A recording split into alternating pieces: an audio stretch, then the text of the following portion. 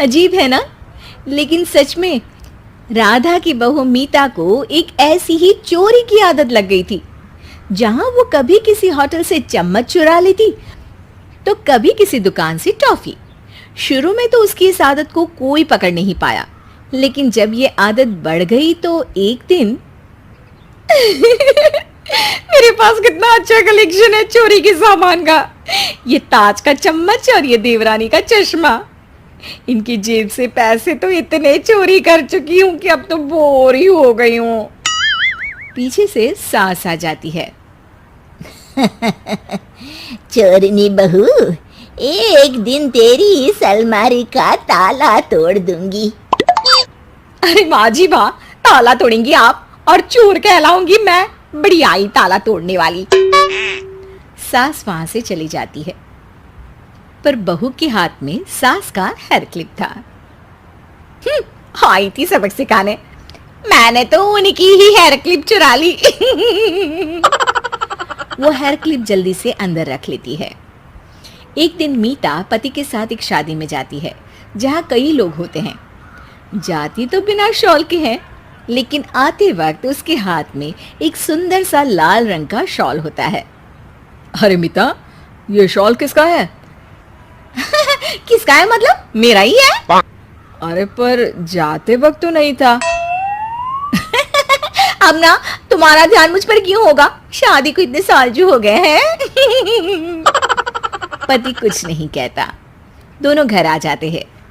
मीता जल्दी से अलमारी खोलती है और शॉल उस पर रखकर ताला लगा देती है। अरे ये अलमारी में हमेशा ताला क्यों लगा रहता है? मैं भी नहीं जानता कि मेरे ही कमरे की एक अलमारी के अंदर क्या क्या रखा है। मीता पति को आंख दिखा देती है और वहां से चली जाती है। एक दिन वो सास के साथ बाजार जाती है। भैया, आम कितने के दोगे? 100 रुपए के 5। अरे भैया 6 दे दो 100 रुपए के। नहीं नहीं अम्मा जी, नहीं हो पाएगा। अच्छा दे दो चलो। सास आम लेकर घर आ जाती है, लेकिन ये क्या, घर में तो 7 आम थे, तो ये 2 आम। सास समझ जाती है कि हो ना हो ये काम बहू का ही होगा। वो अपने बेटे के पास जाती है। बेटा, बहू की चोरी करने की आदत से काफी परेशान हो गई हूँ। अच्छे घर की संपन्न बेटी और बहू बनने के बाद भी शौकिया तौर पर वो छोटी छोटी चीजें चोरी करती है। ये क्या बात कर रही हो माँ? शक तो मुझे भी था, लेकिन मैंने सोचा ये मेरा वहम है। हाँ बेटा, अब कुछ भी करके उसकी ये आदत को खत्म करना ही होगा। हाँ माँ, अब ये तुम ही सोचो, मुझे तो ऑफिस के लिए देर हो रही है। ये बोलकर बेटा तो चला जाता है, लेकिन सास का दिमाग चलने लगता है और जल्द ही उसे आइडिया भी आ जाता है। बहू चल, आज मुझे एक चश्मा खरीदना है, जरा मार्केट तक चलते हैं। हाँ हाँ माँ जी, चलिए ना।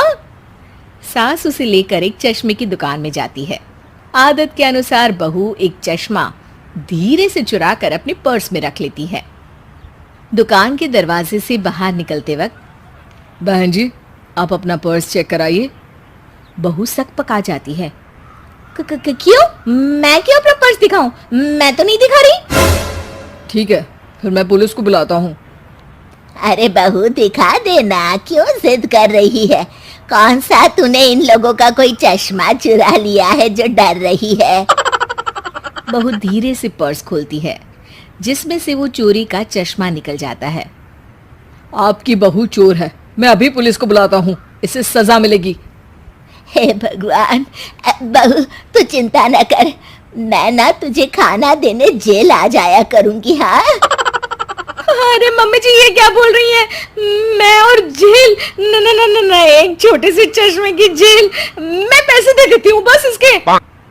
अरे चोरी तो चोरी होती है, छोटी बड़ी क्या, सजा तो मिलेगी ही। बहू अब सास और दुकानदार के सामने हाथ जोड़कर खड़ी हो जाती है। नहीं नहीं मम्मी जी, मुझे माफ कर दीजिए, आज बचा लीजिए बस। मैं वादा करती हूँ आज के बाद किसी भी तरह की कोई चोरी नहीं करूंगी। शौक में मैंने बड़ी गलत आदत पाल ली थी, मुझे माफ कर दीजिए। सास दुकानदार से बहू को छोड़ने का आग्रह करती है और दोनों वहां से निकल जाते हैं। जाते जाते सास दुकानदार का हंसकर शुक्रिया करती है।